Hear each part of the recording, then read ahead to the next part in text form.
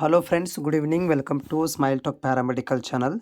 Friends, ಈ ವಿಡಿಯೋದಲ್ಲಿ ನೀವು ನೋಡ್ತಾ ಇದ್ದೀರಿ NHM ಬಳ್ಳಾರಿ ಜಿಲ್ಲೆ ವತಿಯಿಂದ ವಿವಿಧ ಪ್ಯಾರಾಮೆಡಿಕಲ್ ನರ್ಸಿಂಗ್ ಹುದ್ದೆಗಳನ್ನು ಕರೆಯಲಾಗಿದೆ.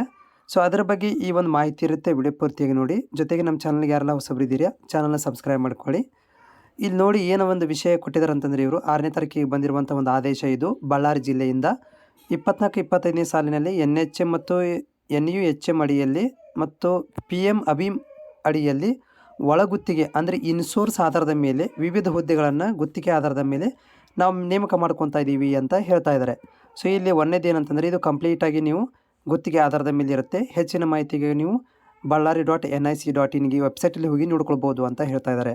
ಅದರ ಜೊತೆಗೆ ಅರ್ಜಿಗಳನ್ನು 7 ತಾರೀಕಿನಿಂದ 13 ತಾರೀಕು ಸಂಜೆ 5 ಗಂಟೆ ಒಳಗಾಗಿ ನೀವು ವೆಬ್ಸೈಟಿಗೆ ಹೋಗಿ ಅಲ್ಲಿ ಒಂದು ಫಾರ್ಮೇಟನ್ನು ಇರುತ್ತೆ. ಆ ಒಂದು ಫಾರ್ಮೇಟನ್ನು ಡೌನ್ಲೋಡ್ ಮಾಡಿಕೊಂಡು ಅದನ್ನು ಫಿಲ್ ಮಾಡಿ, ಅಥವಾ ನೀವು ಡೈರೆಕ್ಟಾಗಿ ಏನು ಮಾಡ್ಬೋದು ಅಂತಂದರೆ RCH ಜಿಲ್ಲಾಧಿಕಾರಿಗಳ ಕಚೇರಿ RCH ಅಧಿಕಾರಿ ಅಂದರೆ DH ಆಫೀಸ್ ಒಳಗಡೆ ಇರುವಂತಹ ಒಂದು ಜಿಲ್ಲಾಸ್ಪತ್ರೆ ಆವರಣದಲ್ಲಿ ಹೋಗಿ ಅಲ್ಲಿ ನೀವು ಏನು ಮಾಡ್ಬೋದು ಅಂದರೆ ಬಳ್ಳಾರಿಗೆ ಹೋಗಿ ಈ ಒಂದು ಏನಂದರೆ ಫಾರ್ಮೇಟನ್ನು ತುಂಬಿ ನೀವು ಏನು ಮಾಡಬೇಕಾಗತ್ತಂದರೆ 15ನೇ ತಾರೀಕಿನ ಒಳಗಾಗಿ 15ನೇ ತಾರೀಕು 9:30 ಬೆಳಿಗ್ಗೆ ನೀವೇನು ಮಾಡಬೇಕಾಗತ್ತಂತಂದರೆ ಎಲ್ಲ ಒಂದು ಮೂಲ ದಾಖಲಾತಿಗಳನ್ನು ತೆಗೆದುಕೊಂಡು ಹೋಗಿ 15ನೇ ತಾರೀಕಿಗೆ ಆರೋಗ್ಯ ಮತ್ತು ಕುಟುಂಬ ಕಲ್ಯಾಣ ಅಧಿಕಾರಿಗಳ ಕಚೇರಿಗೆ ಹೋಗಿ ಅಲ್ಲಿ ದಾಖಲಾತಿಗಳನ್ನು ಪರಿಶೀಲನೆ ಮಾಡಬೇಕಾಗತ್ತೆ. ಅದಾದಮೇಲೆ ಅಂದರೆ ಏನು ಮಾಡ್ತಾರೆ ಅಂದರೆ, ಇವರು ನೀವು 7ನೇ ತಾರೀಕಿಂದ 13ನೇ ತಾರೀಕು ತನಕ ನೀವು ಅಪ್ಲಿಕೇಶನ್ ಫಾರ್ಮನ್ನು ಫಿಲ್ ಮಾಡ್ಕೋಬೇಕು, ಡೌನ್ಲೋಡ್ ಮಾಡ್ಕೋಬೇಕು.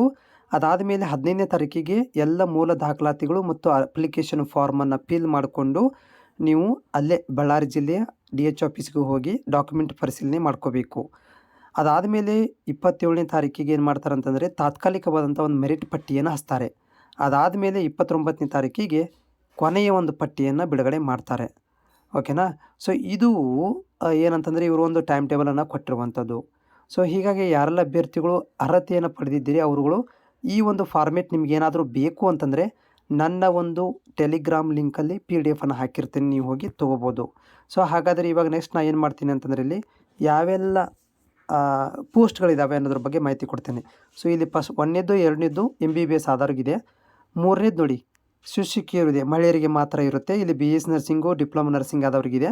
15,550 ರೂಪಾಯಿದಿಂದ 17,059 ರೂಪಾಯಿ ತನಕ ಇದೆ. 3 ಹುದ್ದೆಗಳನ್ನು ಇಲ್ಲಿ ಕೊಡಲಾಗಿದೆ. ಅದಾದಮೇಲೆ ಶಿಶುಕಿಯರು ಮಹಿಳೆಯಲ್ಲಿ ನಮ್ಮ ಕ್ಲಿನಿಕಲ್ಲಿರುವಂಥದ್ದು 8 ಹುದ್ದೆಗಳಿದ್ದಾವೆ. 14,000ದಿಂದ 17,000 ತನಕ ಸ್ಯಾಲ್ರಿ ಇದೆ. ಇಲ್ಲಿ ಕೂಡ ENM ನರ್ಸಿಂಗು GNM ನರ್ಸಿಂಗ್ ಆದವರಿಗೆ ಆದ್ಯತೆಯನ್ನು ಕೊಡಲಾಗುತ್ತೆ. ನೆಕ್ಸ್ಟ್ 5ನೇ ಪಾಯಿಂಟ್ ಇರುವಂಥದ್ದು ಪ್ರಯೋಗಶಾಲಾ ತಂತ್ರಜ್ಞರು ಅಂದರೆ DMLT ಆದವರಿಗೆ, PUC ಮೇಲೆ ಮತ್ತು SSLC ಮೇಲೆ ಆದವರಿಗೆ 8 ಹುದ್ದೆಗಳನ್ನು ಕೊಡಲಾಗಿದೆ. ಇಲ್ಲಿ 12,500 ರೂಪಾಯಿದಿಂದ 15,000 ರೂಪಾಯಿ ತನಕ ಸ್ಯಾಲ್ರಿ ಇದೆ. 8 ಹುದ್ದೆಗಳನ್ನು ಇಲ್ಲಿ ಕೊಡಲಾಗಿದೆ. ಓಕೆ. ಇದಾದ ಮೇಲೆ ನೆಕ್ಸ್ಟು DH ಆದವರಿಗೆ SSLC ಮತ್ತು PUC ಮೇಲೆ DH ಆದವರಿಗೆ ಇಲ್ಲಿ 8 ಹುದ್ದೆಗಳನ್ನು ಕೊಡಲಾಗಿದೆ. ಕಿರಿಯ ಆರೋಗ್ಯ ಸಹಾಯಕರು ಅಂತ ತೊಗೊತಾ ಇದ್ದಾರೆ. ಇದು 14,000ದಿಂದ 16,800 ರೂಪಾಯಿ ತನಕ ಸ್ಯಾಲ್ರಿ ಇದೆ. 8 ಹುದ್ದೆಗಳನ್ನು ಕೊಡಲಾಗಿದೆ. ನೆಕ್ಸ್ಟ್ ಇಲ್ಲಿ ಶಿಶುಕಿಯರು.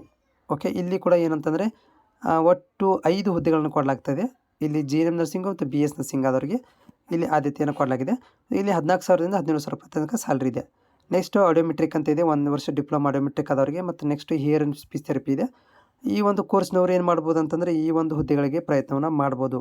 ಮತ್ತು ಈ ಫಾರ್ಮೆಟ್ ಹೆಂಗಿರುತ್ತೆ, ಅರ್ಜಿ ನಮೂನೆ ಹೆಂಗಿರುತ್ತೆ ಅಂತ ತೋರಿಸ್ತೀನಿ ನೋಡಿ. ಅರ್ಜಿ ನಮೂನೆ ಈ ರೀತಿಯಾಗಿರುತ್ತೆ.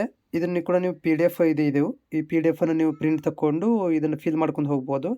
ಇದು ಎಲ್ಲ ಕೋರ್ಸ್ನವ್ರಿಗೂ ಎಲ್ಲ ಒಂದು ಜಾಬ್ನವ್ರಿಗೂ ಕೂಡ ಕಾಮನ್ ಆಗಿರುತ್ತೆ. ಇದನ್ನು ಫಿಲ್ ಮಾಡಿ ಇದನ್ನು ನೀವೇನು ಮಾಡಬೇಕಂತಂದರೆ ಡಾಕ್ಯುಮೆಂಟ್ ವೆರಿಫಿಕೇಷನ್ ಟೈಮಲ್ಲಿ ತೊಗೊಂಡು ಹೋಗಬೇಕಾಗತ್ತೆ.